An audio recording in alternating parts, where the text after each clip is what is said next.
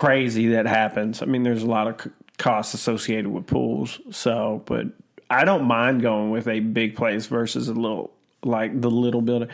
I mean, it helps out the little guy, but they're gonna upcharge you for those things. Mm-hmm. Granted, they may be able to do everything. Like we got one guy who's saying he could do electrical, he could do everything.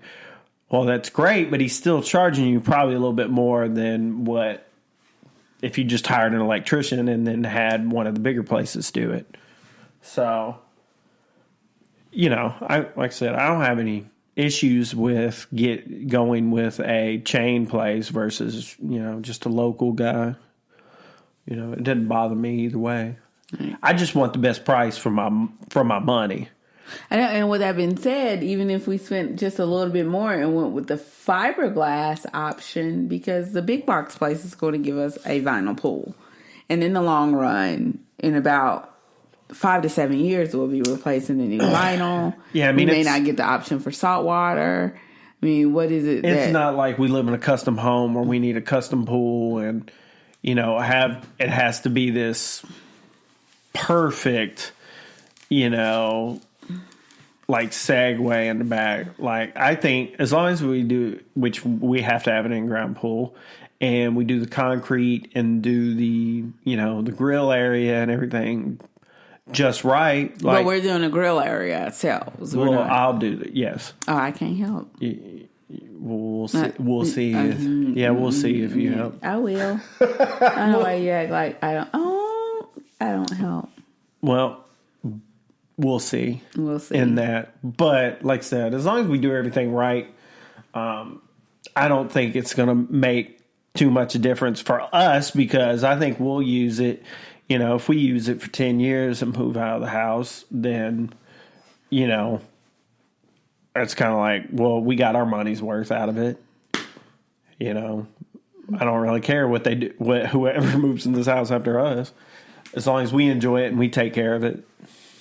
And we know just one thing, at least 10 years from now, I think our house is still sell quicker once we're ready because of the pool. Because the houses here in Tennessee go super, super fast if they have a pool already installed and ready to go. So that's been kind of, our experience around here. So I'm not saying it's adding value to the house, but it is more motivated for people to buy. Well, and people will take chance on bigger things. That house with the sinkhole that we looked at, sold, and they got their pool up and running. I saw, I rode past it on the bike the other day, and they got it up and running. So, well, there was nothing wrong with the pool. I know, but I'm saying that they're taking more of a chance when there's an issue like a sinkhole in the backyard. They're willing to buy the house. Oh, right. I bought a house that has a pool, even if it's a sinkhole. And all of the work that needed to be done on the house. The house needed so much work. So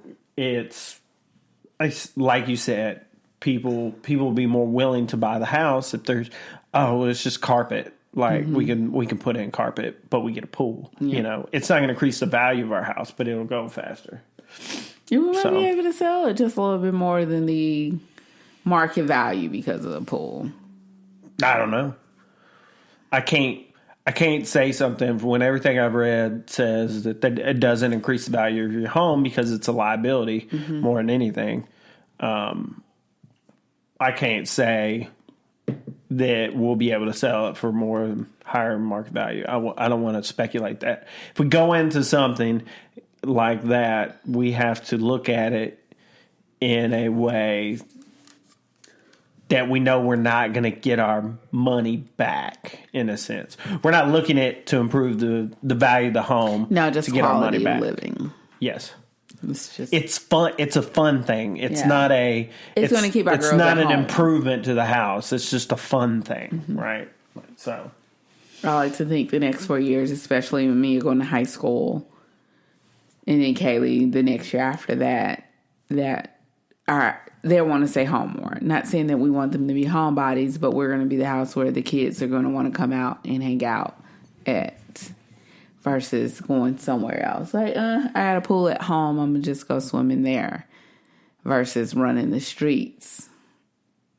just to keep them home and keep them engaged, and we know where they are. Well, our kids ain't gonna run the streets anyways. Well, as they get older, all I gotta do is say you can go play video games or watch TV, and they'll go upstairs and do that. Well, I'm talking about what are you talking about? We have a 14-year-old.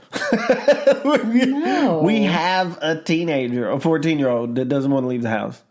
So, well, at least this might make her more active, which is, what we want to encourage. If I go and install League of Legends on that computer in there, she will not leave that computer. She won't be doing any more drawing. She'll be playing video games. That's why I'm slowly. I've been debating on maybe doing it, putting that on that computer, because she wants to play video games, which is fine. I think if she ultimately wants to get into artistic graphics and things, where she's designing video games, which is a great degree to be in. Nowadays, it's only e-games only getting popular, in college where they've got teams and, Yeah, but she's not going to be a gamer. I would like for her to maybe look only at because we haven't let them. It's only because we really haven't let them. And honestly, that could be a good thing or a bad thing. That could be where she, when she becomes an adult, that's all she does. Or she just doesn't have a feel for it, when she gets out of the house. I guess we'll see what happens. But I think we'll just say that. If you do have any opinions, our great listeners out there, about whether a fiberglass, concrete, or vinyl pool will be in our best interest, go ahead and share your opinion on our streaming media, whichever one that you use, and also about supporting small businesses versus the big box businesses, and what that looks like when you're saving money for yourself. Yes, especially in this current time with the pandemic and people being out of work, you want to support the small businesses, but at the same time you have to think about what your pocketbook looks like and how you go about that with saving money for yourself, because we know that it'd probably be cheaper for us as a family to go with a larger company than a small business. But at the same time, you want to support the small business, but gosh, you're going to pay an extra, $10,000 to $15,000 more? I would say $8,000 to $10,000 more, maybe $7,000 to $10,000. I wouldn't say 15. But they're going to throw, hey, well, we do custom this, custom that. That's how they're going to flip the switch on you, how they're going to sway you into going with them, talking about the little guy, the little contractor, whereas what you're getting with the bigger place, they're going to be like, hey, we're going to give you X amount of concrete. We're going to give you this pool package. Everything's included. We'll even throw in a robotic pool cleaner, vacuum, those type of things to get you to go with them. Because in reality, they're not doing they're not really customizing for you. It's just a basic box pool. It's kind of like our house. Our house is just a box house. It's Tricom. But I mean, that's cool. We got a nice house, so and you just customize it yourself. Yep. All right.